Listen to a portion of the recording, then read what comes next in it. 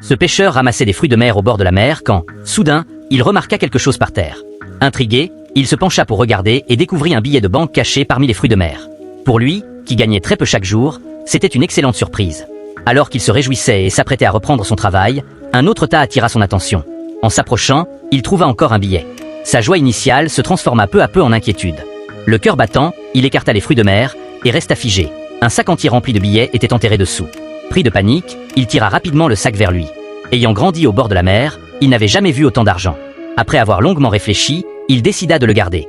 La veille encore, sa femme enceinte s'était disputée avec lui à cause de leurs problèmes d'argent. Regardant autour de lui pour s'assurer que personne ne l'avait vu, il rentra aussitôt à sa cabane avec le sac. Il vida tout l'argent, tendit quelques cordes dans la cabane et accrocha les billets un à un pour les faire sécher. Une fois terminé, il retourna au bord de la mer comme si de rien n'était pour continuer à ramasser des fruits de mer. Mais avant même de commencer, il aperçut un petit bateau au loin. Il se précipita pour vérifier. C'était manifestement le bateau du propriétaire du sac d'argent. Pourtant, il était vide. Sans trop réfléchir, il tira le bateau hors de l'eau, prit de l'essence dans son véhicule et y mit le feu. Il ne voulait surtout pas que quelqu'un découvre son secret. Mais le destin en décida autrement. Les flammes attirèrent l'attention de la police.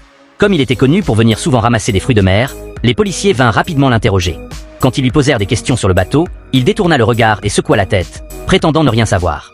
Face à son attitude ferme, les policiers finirent par partir. Toujours inquiet, il retourna à la plage pour vérifier qu'il n'avait laissé aucune trace.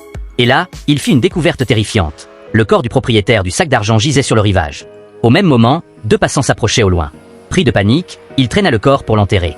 Il se rendit dans une usine automobile abandonnée, creusa frénétiquement un trou avec une pelle et y enterra le cadavre. De retour chez lui, il nettoya soigneusement son tracteur, craignant d'avoir laissé la moindre preuve. Il pensait avoir tout parfaitement dissimulé. Mais le lendemain, un chien de chasse arriva justement dans l'usine abandonnée et se mit à renifler l'endroit où le corps était enterré. Lorsque son propriétaire s'approcha pour voir